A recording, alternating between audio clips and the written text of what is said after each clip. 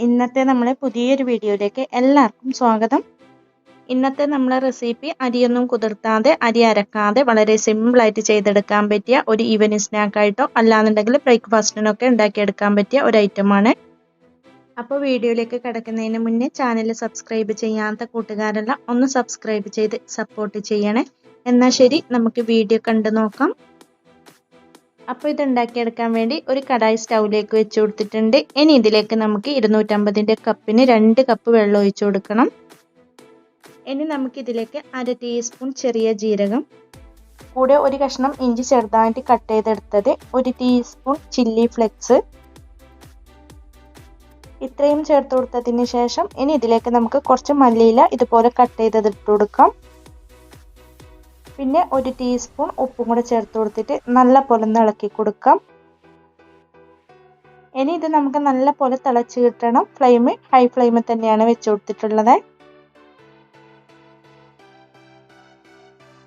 അങ്ങനെ ഇതിപ്പോൾ ഇവിടെ നന്നായിട്ട് തിളച്ച് കിട്ടിയിട്ടുണ്ട്. ഇതുപോലെ നന്നായിട്ട് തിളച്ചതിന് ശേഷം ഫ്ലെയിം ലോ ഫ്ലെയിമിലേക്ക് ആക്കി കൊടുത്തിട്ട് 250 കപ്പിന് 1 കപ്പ് വറുത്ത റവ ചേർത്ത് കൊടുക്കാം. ഇതുപോലെ റവ ചേർത്ത് കൊടുത്തിട്ട് നല്ല പോലെ അങ്ങ് ഇളക്കി യോജിപ്പിച്ചു കൊടുക്കണം. ഇനി ഇതിൽ കിടന്നിട്ട് ഈ വെള്ളം ഒന്ന് വറ്റി കിട്ടണം. ഒരുപാട് അങ്ങ് ഡ്രൈ ആയി പോവണ്ട. ഈ ഒരു സ്റ്റേജിലാവുമ്പോൾ നമുക്ക് ഫ്ലെയിം അങ്ങ് ഓഫാക്കി കൊടുക്കണം. ഇനി ഇത് നമുക്ക് മറ്റൊരു ബൗളിലേക്ക് അങ്ങ് മാറ്റി കൊടുക്കാം. അല്പം ഒന്ന് ചൂടാറി കിട്ടണം. ഇനി ഇത് നമുക്ക് കൈവച്ചിട്ട് കുഴച്ചെടുക്കാൻ പറ്റുന്ന ഈ ഒരു ചൂടാവുമ്പോൾ ഇതിലേക്ക് 1 ടീസ്പൂൺ ഓയിൽ ഒഴിച്ചു കൊടുക്കണം. ഇതുപോലെ ഓയിലും കൂടെ ഒഴിച്ചു കൊടുത്തിട്ട് നമുക്ക് നല്ല പോലെ തന്നെ അങ്ങ് കുഴച്ചെടുക്കണം. ഒരുപാട് അങ്ങ് ചൂടാറാൻ വേണ്ടി വെയിറ്റ് ചെയ്യരുത്. ഇത് നമുക്ക് നല്ല സോഫ്റ്റ് ആയിട്ട് തന്നെ കൈവച്ചിട്ട് കുഴച്ചെടുക്കണം. അങ്ങനെ ഇതിപ്പോൾ ഞാൻ നല്ല സോഫ്റ്റ് ആയിട്ട് കുഴച്ചെടുത്തിട്ടുണ്ട്. ഇതുപോലെ കുഴച്ചെടുത്തതിന് ശേഷം ഇനി ഇതിൽ നിന്ന് നമുക്ക് കുറേശ്ശെ എടുത്തിട്ട് നമുക്കൊന്ന് ഉരുട്ടിയെടുക്കണം. ഇതുപോലെ ഉരുട്ടിയെടുത്തതിന് ശേഷം നമുക്ക് കയ്യിൽ വെച്ചിട്ട് തന്നെ ഒന്ന് പരത്തി കൊടുക്കാം. ഇനി നമുക്ക് ഇതിൻ്റെ നടുക്ക് ഇതുപോലെ ഒരു ഹോൾ ഇട്ട് കൊടുക്കണം. നമ്മൾ ഉഴുന്നുവടയൊക്കെ ആക്കി എടുക്കുന്ന ആ ഒരു വലിപ്പത്തിലാണ് ചെയ്തെടുത്തിട്ടുള്ളത്.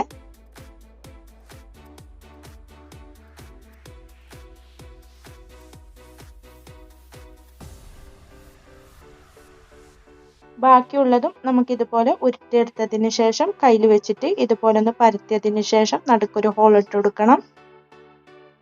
നമുക്കിതുപോലെ പരത്തിയെടുക്കുന്ന സമയത്ത് കയ്യിൽ ഒട്ടിപ്പിടിക്കുന്നുണ്ട് എന്നുണ്ടെങ്കിൽ നമ്മൾ കയ്യിൽ കുറച്ചൊന്ന് ഓയിലാക്കി കൊടുത്താൽ മതി.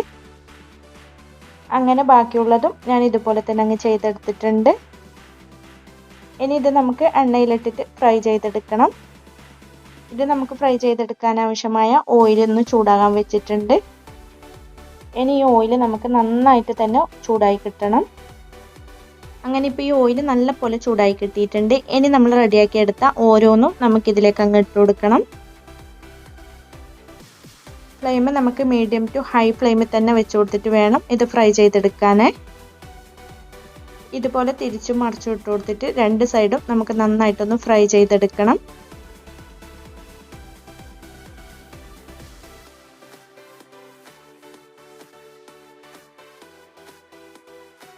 അങ്ങനെ ഇതിപ്പം 2 സൈഡും ഫ്രൈ ആയി കിട്ടിയിട്ടുണ്ട്. ഈ ഒരു കളറെല്ലാം ആകുമ്പോൾ നമുക്ക് എണ്ണയിൽ നിന്ന് കോരി മാറ്റാവുന്നതാണ്.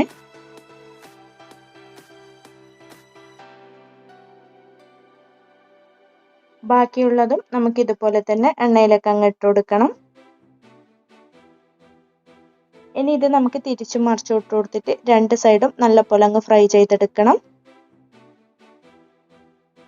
അങ്ങനെ ബാക്കിയുള്ളതും ഞാൻ ഇതുപോലെ തന്നെ അങ്ങ് ഫ്രൈ ചെയ്തെടുത്തിട്ടുണ്ട്. അങ്ങനെ ഇതാ നമുക്ക് അരിയൊന്നും അരക്കാതെ കുതിർത്താതെ വളരെ സിമ്പിളായിട്ട് റവ കൊണ്ട് ചെയ്തെടുക്കാൻ പറ്റിയ ഒരു സ്നാക്ക് ഇവിടെ റെഡിയായി കിട്ടിയിട്ടുണ്ട്. അപ്പോൾ എല്ലാവരും ഇതുപോലെ ഒന്ന് ട്രൈ ചെയ്ത് നോക്കാനും വീഡിയോ ഇഷ്ടപ്പെടുവാണെങ്കിൽ മറക്കാതെ തന്നെ ഒന്ന് ലൈക്ക് ചെയ്യാനും കമൻറ്റ് ചെയ്യാനും സബ്സ്ക്രൈബ് ചെയ്ത് സപ്പോർട്ട് ചെയ്യാനും മറക്കല്ലേ.